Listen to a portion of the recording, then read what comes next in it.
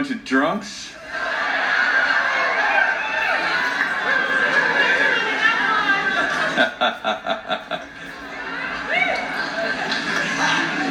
It is way easier to preach to drunk people.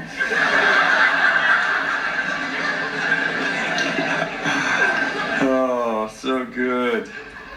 Are you happy? Yeah, you sound happy. You sound happy. Awesome. Happy and grateful. Both of them. Excellent combination. Excellent combination. Oh. He is so powerful and so kind. I just had that going over and over and over. He's so powerful. He's so kind. Yeah. Yeah, a lot of you have that look on your face like, would you stop talking, please?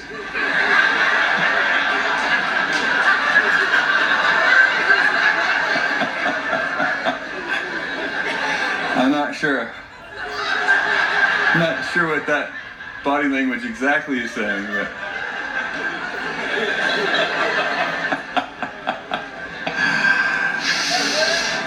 well, enjoy. Just enjoy. Just soak it up. All right, well, can I get these screens going? Tonight, you know, I thought Chris Overstreet was going to just preach my message tonight. Imagine that, Chris O. If you look up the word fierce in the dictionary, there's a picture of Chris O going like this.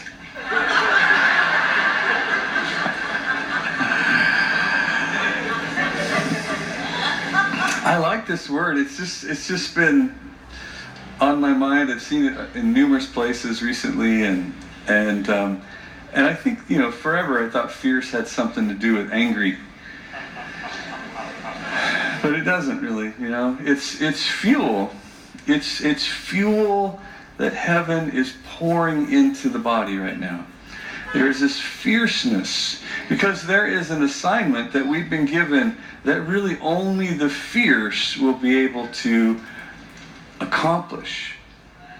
In Matthew 25, when Jesus is you know, he's talking to his disciples and he's lining some things out. And I mean, if you look through this is serious stuff. This isn't patty cake. This isn't wouldn't it be nice if.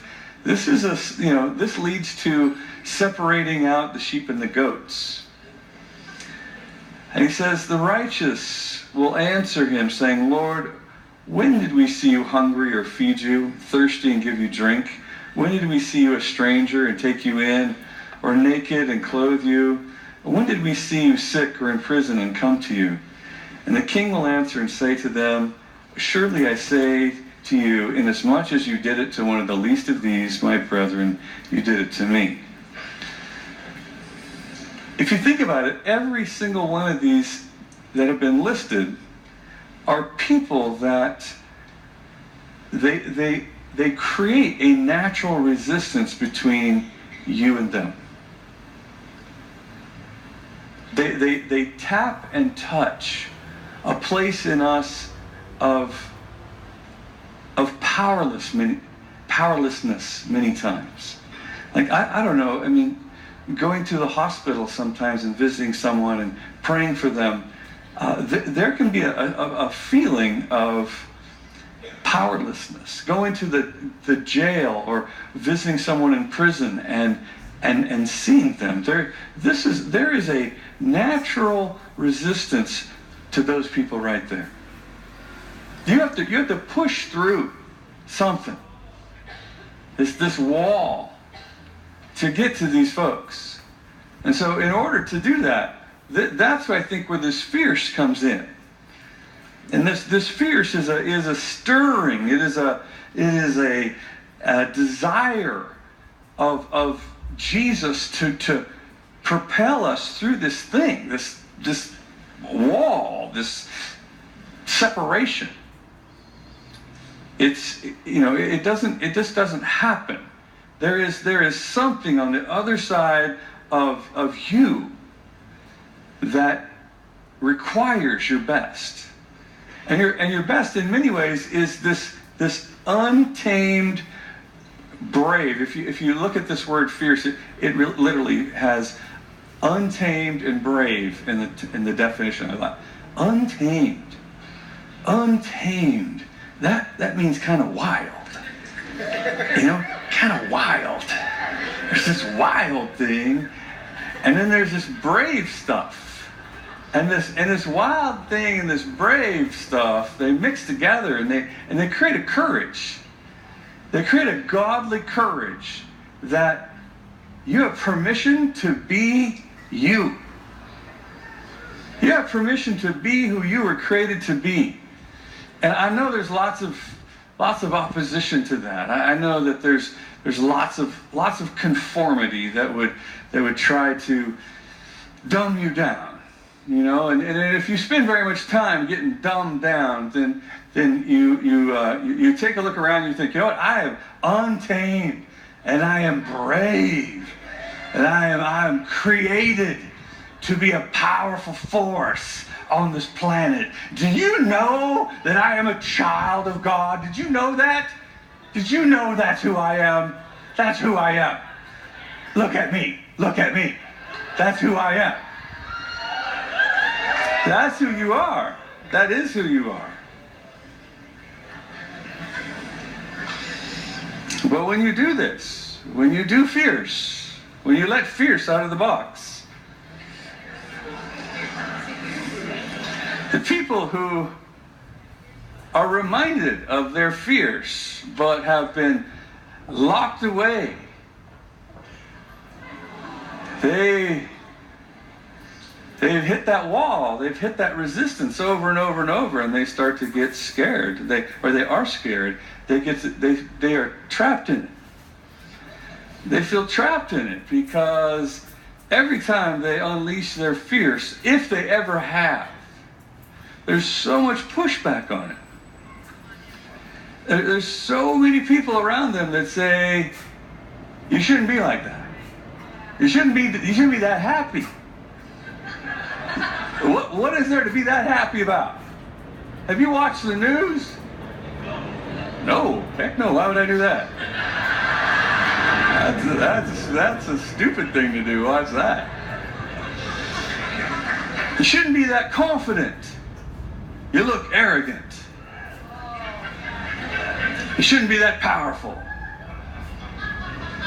Because not everything wants to change. Starting with me. And there is a power that is working against your untamed and your brave, isn't there? It's interesting how people respond to that pushback, how people respond to how other people around them behave. It's like you got to get permission from other people to be yourself. It's like there's so much resistance that's shaping our lives that we're not even really paying attention to how easily we can give up who we are just to get along. The woman in the elevator now is a candid star. These folks who are entering, the man with the white shirt, the lady with the trench coat, and subsequently one other member of our staff, will face the rear. And you'll see how this man in the trench coat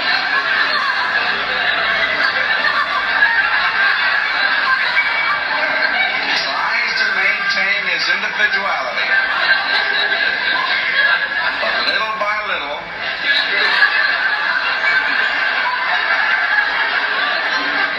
he looks at his watch, but he's really making an excuse for turning just a little bit more to the wall. Now we'll try it once again. Here's the candid subject. Here comes the candid camera staff, 3 of them at least. And this man has a hardly been in groups.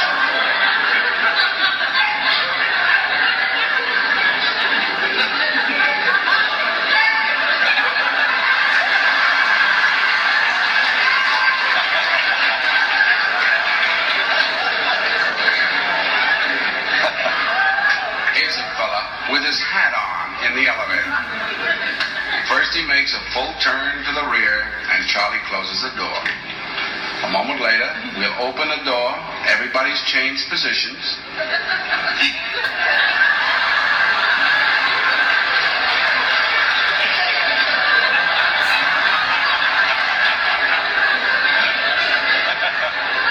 Now we'll see if we can use group pressure for some good. Now, in a moment, on Charlie's signal, everybody turns forward. Notice they take off their hats.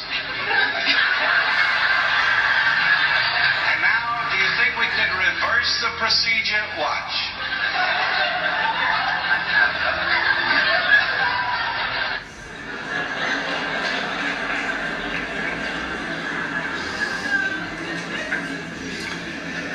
See, there's a big competition for your fears.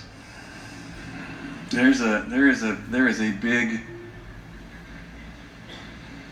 a war going on for you to be you everywhere that you go, to not be chased away by this resistance. But with this resistance comes a package. It's a package of real life resistance.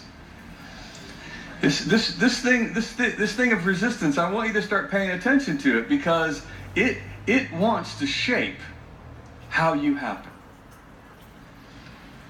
It wants to take your courage away. It wants to tell you how you can be on this earth.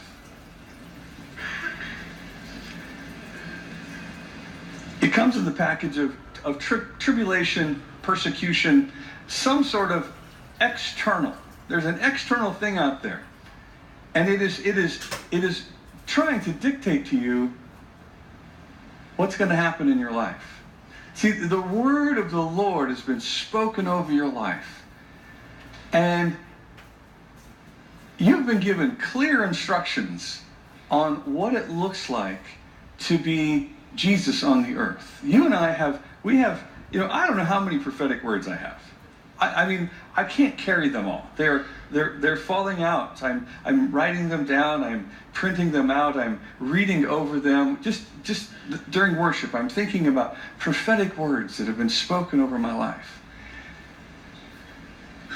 Now, I think many times when we read this verse out of Matthew 13, where it's talking about the seed and the sower, I think many times we think of this as the gospel, like the gospel was spoken to you and the condition of your heart received that or didn't receive that. But I want you to think of it in terms of that the word of the Lord is trying to happen through your life, not simply salvation, but what is propelling you in the path of your destiny. The word of the Lord is looking to happen in your life, in my life. And it is intending on creating a result. And we are going through all kinds of different paths to get there, but when we read about the seed that lands on a stony place, he who hears the word immediately rejoices receives it with joy, yet has no root in himself. Let me stop right there real quick. Has no root in himself. Do you know how many of us would say, oh, I have roots in Jesus. My roots are in Jesus. And that's awesome and that's great, but that's not what he's talking about. He said, you receive the word of the Lord with great joy, but you have no root. You got no system to put it in. You got no plan of what you're going to do when persecution and tribulation come. Tribulation, I want to say. I want to have Chris Overstreet say that for me. Tribulation. Chris Valentin one time shared a word. It was quite a while ago, but he talked about how instruction. He was teaching out of Proverbs, and he said that instruction is given to us for. And then he took that word instruction and he put it in a way that I've never forgot. And he said, instruction creates structure in us. Instruction is there to create structure in us, like the framing of a house. That is instruction. Creating structure to hang everything else on. And so when we have no root in ourselves, when we have no instruction, we have no internal structure to hang the word of the Lord on, to hang our fierce on, to hang the brave.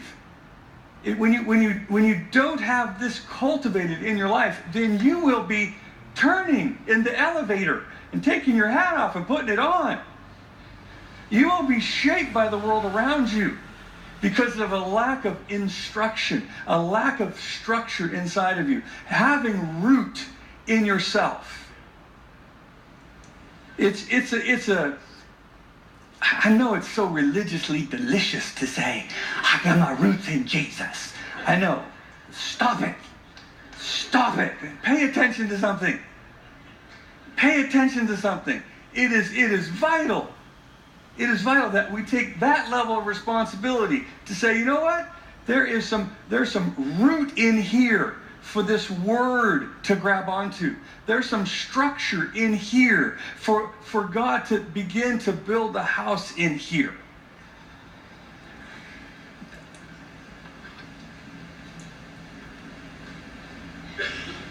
The resistance, the opposition, the external judgments, the pressure from what other people will think or other people will say, the pressure of a trial that would come and wear against you. Anybody in a trial? Yeah. How many asked for it? Yeah. Oh, Lord, please give me a little tribulation. Things are going too smooth over here. I need something to groan about. No, see, it doesn't come off a menu. It's part of having a heartbeat. That there are tribulations, there are trials that take you to your frame.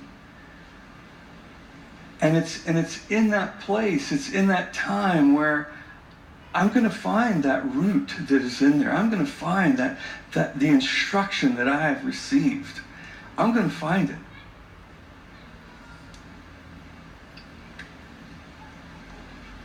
There's a book by Jim Collins. It's a business leadership book. It's called Good to Great. And studying, I don't know how many thousands of corporations, they're looking at the companies that have taken over time. They've taken the leap from being really good companies to becoming really great companies. And it's this study of how does a company move from being really good, really healthy, strong, to being great, leaving a legacy, making a difference in the world. And he said something interesting that I thought, I don't think most people see that. Until this book came out, it wasn't so obvious. And he calls them level 5 leaders. And level 5 leaders are not the charismatic genius who surrounds himself with 1,000 workers, but they are these humble people with, I think he used the word, fierce resolve. That what takes a company into greatness, what takes an organization into greatness, is that the leader is a humble person with a fierce resolve towards perpetuating the culture and success of what they've given their life to. I just want to key on the word resolve here, because this is something that ends up making a difference. This is what lets your fierce out right here. it's kind of that you know, the Braveheart scene where the whole army is charging across the field, and they got those long poles laying there, and they know they got to answer. They know that they got a response. And William Wallace is yelling, "Hold!" You know, and you're thinking, yeah, right, how long would you be able to hold? You know, I got a weapon, I can protect myself. Those are horses. Those are heavy horses that are coming at us. And I always think, what's a stick going to do to the heavy horse anyway, right? Hold! Hold! It's like, yes, but everything around me is telling me to not hold. Everything around me is telling me to grab your stick. Grab your pointy stick and just scare them away. Maybe they'll slow down. Maybe they'll just slow down. Hey, I got a pointy stick. Hold! And this is the resolve. The resolve is no matter what comes against me, I got a plan. I got a plan of what I'm going to do with me. I don't know what God's going to do about that. But that root, those roots in here, they're going to grab on. That's actually what they're doing. They're holding on. That's why I haven't taken off running yet. And that resolve, I don't know what's going to happen, but the waves are going to crash over my face before I budge right here. This is what we're doing. And so when you put your fears and you mix it with faithful, see, this is the heartbeat of heaven, is faithful. I just keep coming back. I know that didn't go the way I thought it would. Then I'm back. I'm back for more. This is what we do here, is we just keep coming back. Faithful. Take a look at faithful. Faithful is a mixture of history, which means we've been doing this for a while. I always love it when people, say, I've been faithful in the children's ministry for 6 months. You just want to slap them. You just want to don't let that word come out of your mouth, and 6 months. Don't even let those two come out of your mouth. I have faithfully been serving for 6 months. When am I going to be on staff? You? Never.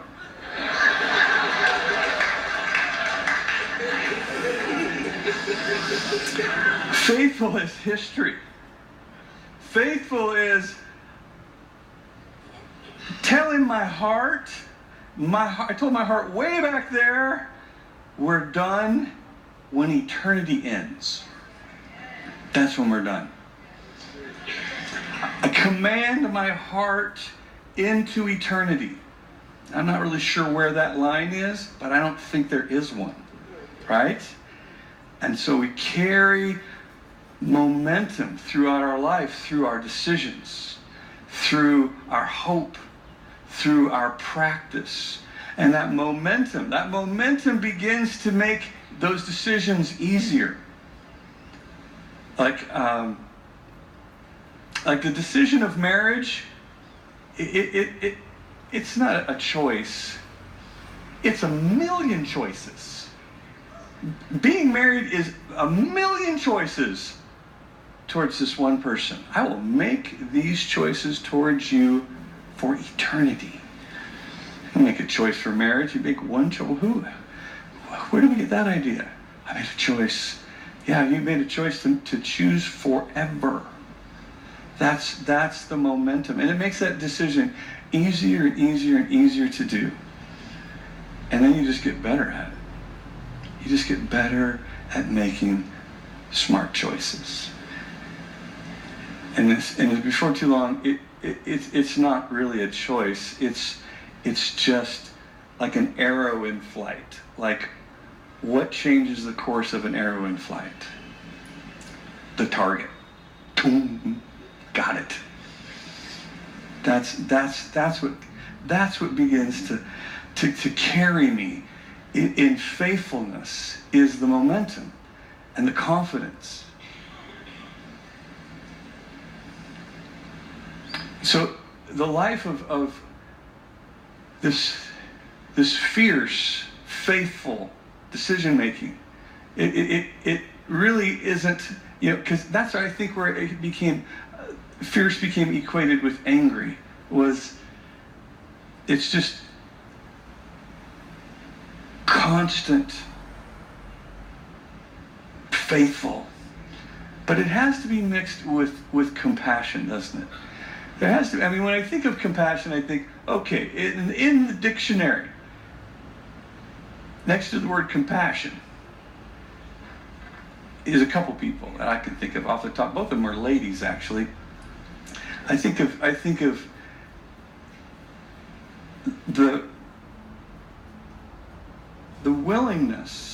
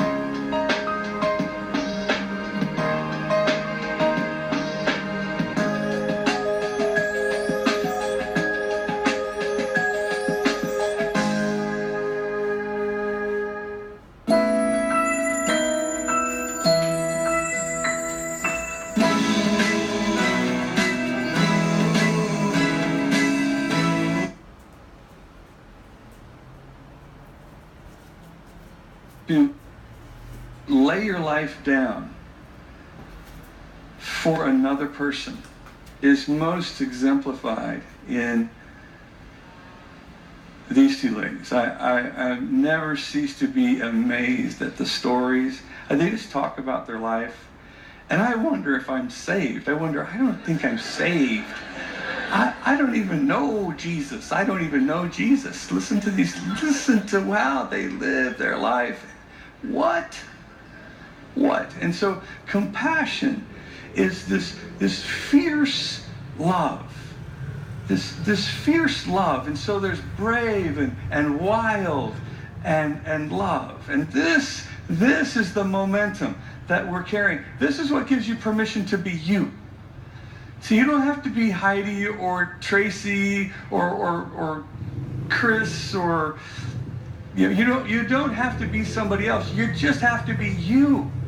But you have to be sure that you're being you and that you're not spinning in the elevator. You got to make sure that wild, brave in you is hitting that resistance. It's hitting that stuff, and it's gonna hit it. It's gonna hit it. But the enemy of compassion, the thing that is gonna make you afraid to be as compassionate as you want to be, as you can be, the lover of people that you can be, it's gonna be shame. See, the enemy of compassion is shame. Because shame is this lion demon that is trying to tell you that you are somebody else. See, you're not really that lion. You're not really that lion. You're not like those other people. You're not like those other people because of this and because of that. And what you've done. Like, gosh, it feels real that if I make a mistake, or if people find out, or if I'm rejected. See, there is in people the fear of being disconnected from other people. That's why I conform. I conform because I'm afraid of what other people will do, and maybe they won't like me. Maybe I won't be part of it anymore. Maybe I'll be rejected. I'm afraid of what could happen. And it's in the fear that I begin to turn to not be myself. And who I am is I'm part of the body. I'm a son or daughter. And I begin to look for comfort somewhere else. I begin to look for, I begin to entertain that comfort coming from somewhere else. I begin to think that I'm just going to keep my life a secret. I'm going to keep my struggle a secret. I'm going to keep the fear a secret.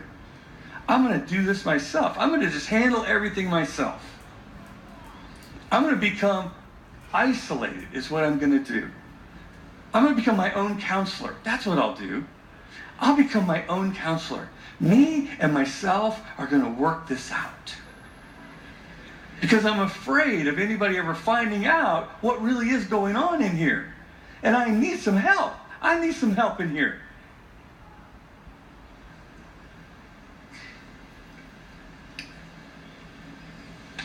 And it's in that failure, that poor decision that I end up disconnected. I'm disconnected, doing this on my own, and I am in need of comfort, and I begin to look to false comfort. A false comforter. I begin to bury my life in work. I begin to spending tons of time on the internet, all of a sudden I find a bunch more poor choices, but they promise me pleasure,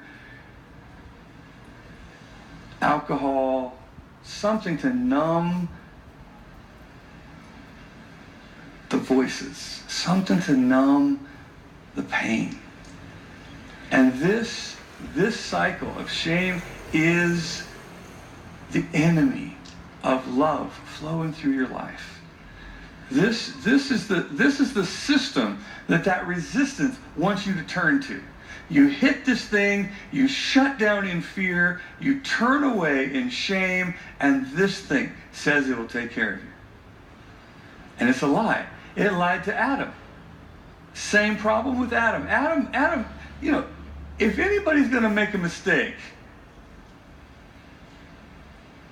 that you could say that was the biggest mistake in the world, it was Adam. Dude, you live in a perfect place, everything's going right, there's one wrong thing you could do in your whole life. And you decided to do it. And then, it's like,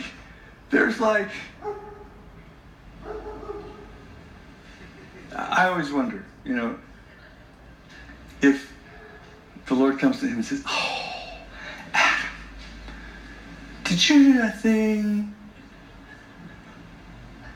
The one thing I told you not to do? Did you do that one thing I told you not to do?" And Adam, rather than just own it, he says, "Well, that woman that you gave me, there's like 3 people on this earth and 2 of them are against me.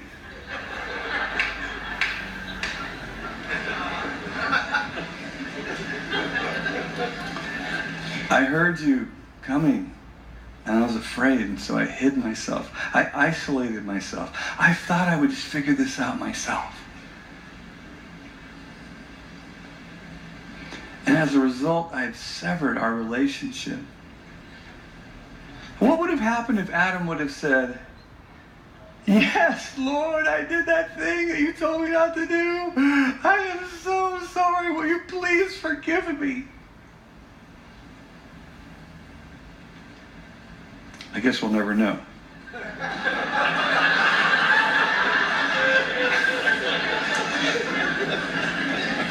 I would have liked to find out, though.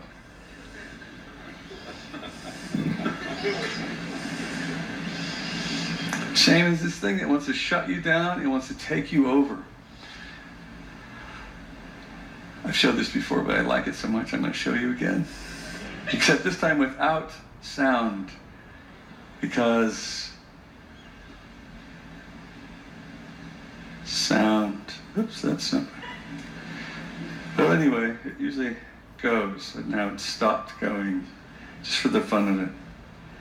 Well, anyway, this guy jumps around and he does all kinds of razzle-dazzle. He does these spins and everything. It's really a great video. I wish it was working, but it's not working.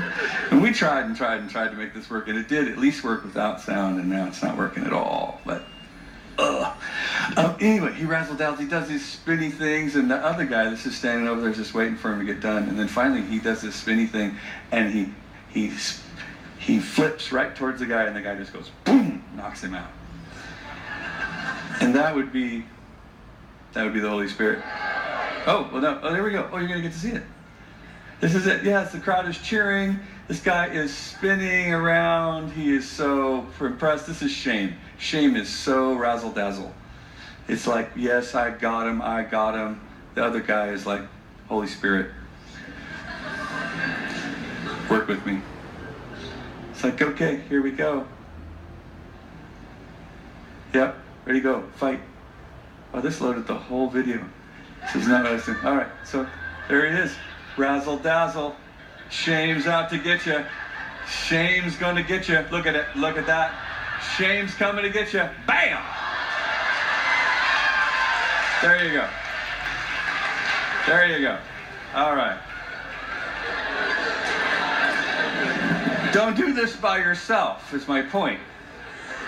Invite the Holy Spirit. Invite the body of Christ. Invite the light into your life and kill that stuff that's trying to turn you into somebody that you're not.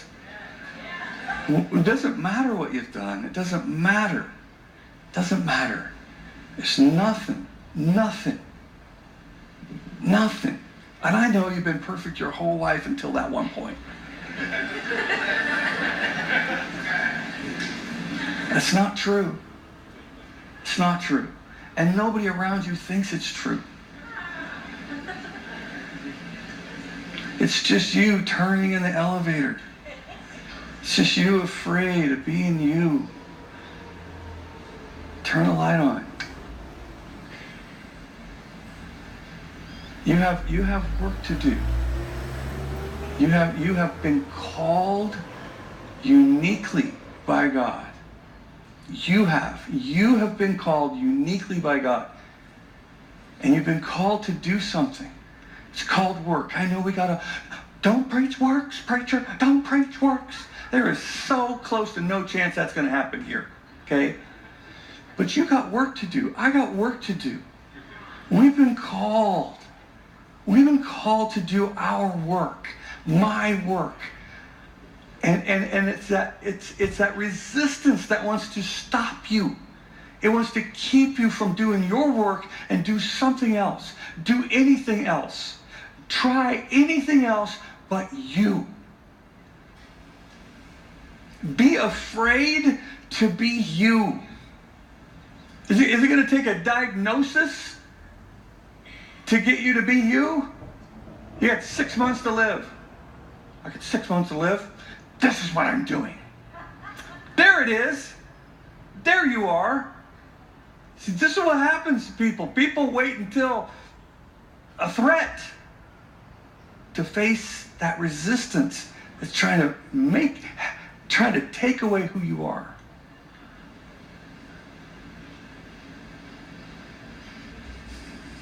And guess what? As soon as you start doing who you are,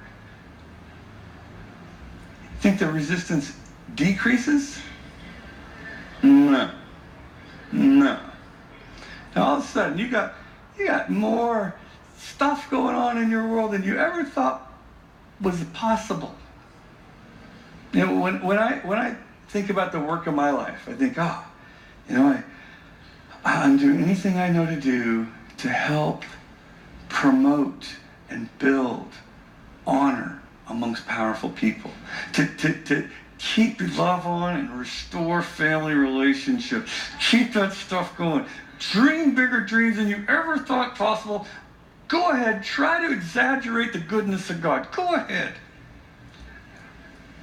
And guess where my greatest resistances are? The places where I get the most fear is walking into another level of this thing that seems so easy up until right here. I don't know what it is. I thought at some point I wasn't going to have any more resistance. I thought this was going to be running for me. Ha ha, you're running for me. No. It's back to the video game thing. It's like you conquer that one level, you come to the next level, and you die. You die step one, you die right out of the chute. Boom, you thought you were the master. You were the master of level one. There's 180 levels in this game. You can't give up now. And so there is this space between where you are and where you're going. And what you have to do to get over there is just something that you've not done before. It's something that you've not considered before. It's something that looks like this probably isn't going to work, you know? Like, I don't think this is going to work. Somebody could die if we did this. Yeah, there's the resistance. There is this force that is trying to keep you from being you. And oh, by the way, you're not going to die. You're not going to die. You got the King of Kings, the Lord of Lords. You got a word of the Lord that has been sown into your heart. That you have an infrastructure for that to take over. When we were being thankful and just being specific about praising God, I was like, you watch over your word to perform it. You do. I've seen it a million times.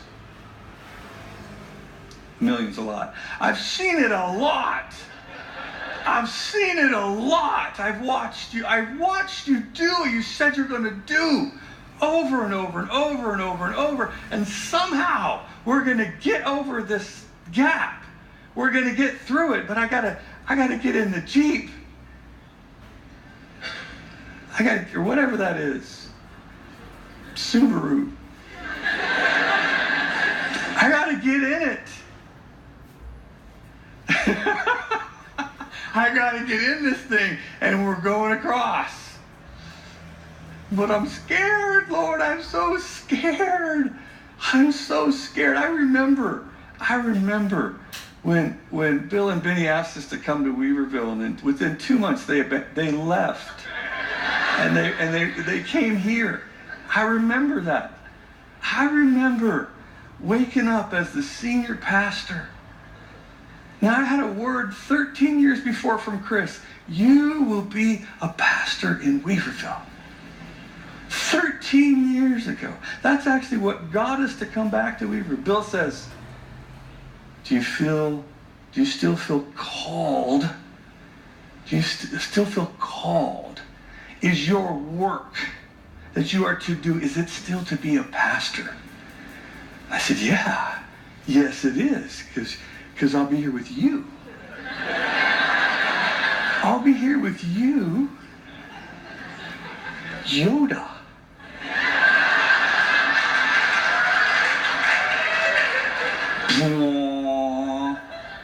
Go get him. I'm right behind you. I got it. And then he leaves. He leaves. And I'm like, 2 years of diarrhea.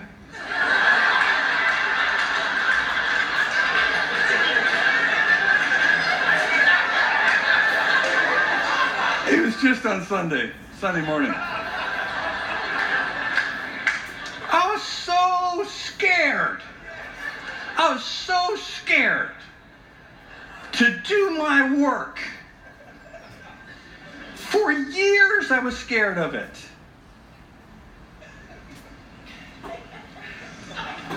Is that too graphic for you?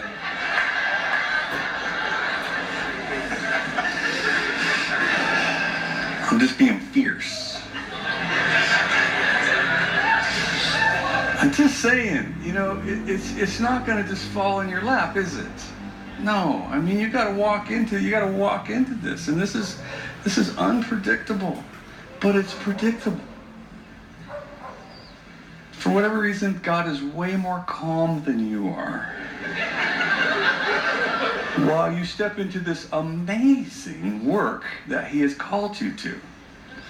You're in the Subaru going over the trees, and he's going, ain't this great?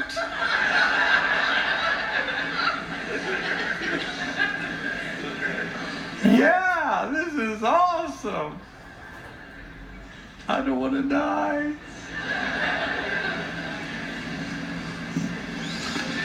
So really, the question is, are you ready? Are you going to do this? Because there's a bunch of people in this room right now, and you're standing on this side looking at those two trees laying across the gap, and you're thinking, I think maybe I should become a farmer. Maybe I should become a farmer over here. Or a shepherd or something. Because I don't know what's over there that's going to be any better than what I got going on over here. Yeah, it's just your work. Why you're alive, why you're on this planet.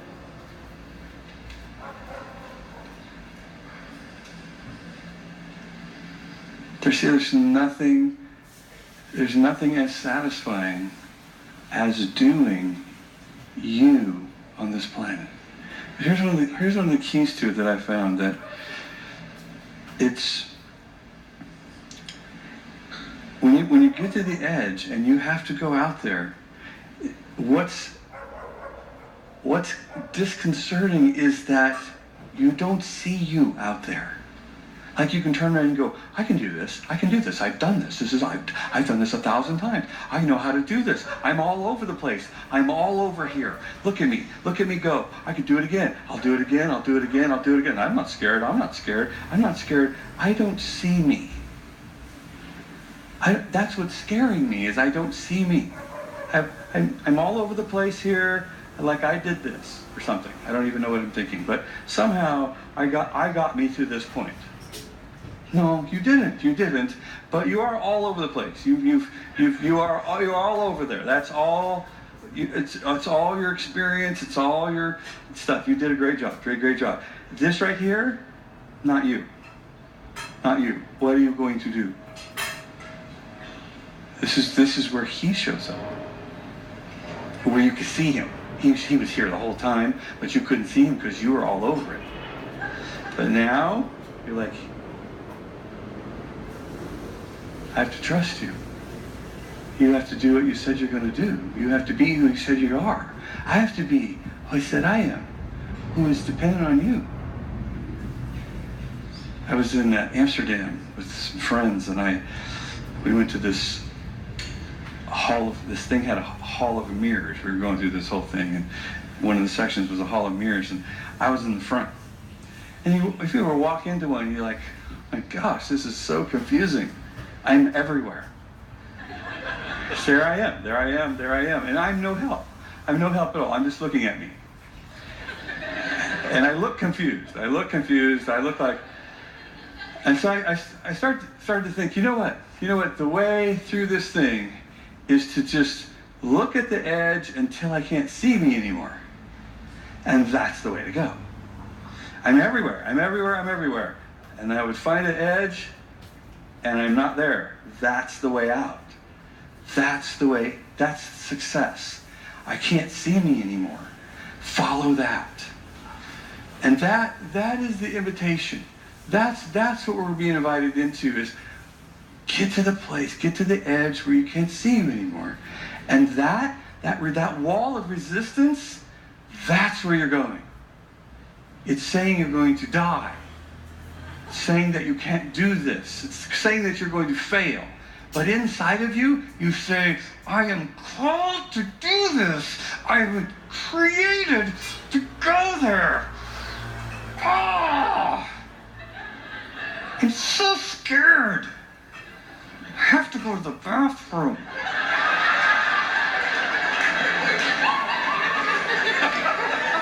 Then you know you got it.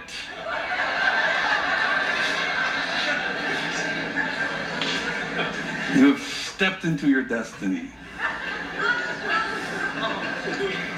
You This is the path. This is it. This is where God gets to be God in your life. And this is where he's calling you and I to put together this recipe of a fierce compassion. The resistance is there. You're not going to get rid of it. It's a fantasy if you think you're going to get rid of this resistance in your life. But you can get rid of the shame. And you need to get rid of the shame because it will choke your compassion. And so as you're moving through this is Jesus. This is his life. He is so fierce, so compassionate, and he doesn't avoid the resistance. He just beats it over and over and over and over. And his love is pure. And his heart is kind.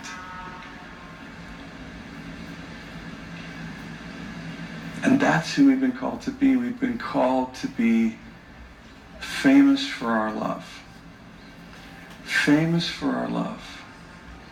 You know, I was sitting at breakfast the other day with Ben Fitzgerald. We're having breakfast, and he's got a buddy named Daniel, and we're down in Rancho Cordova at this little breakfast place that I'm just on it. Just on it. And we're sitting at this table, and there's three guys who are just living fierce. We're just sitting there telling stories and just stirring each other up, and we're just like, ah! And these servers keep coming over, and we're like, what? That's not true.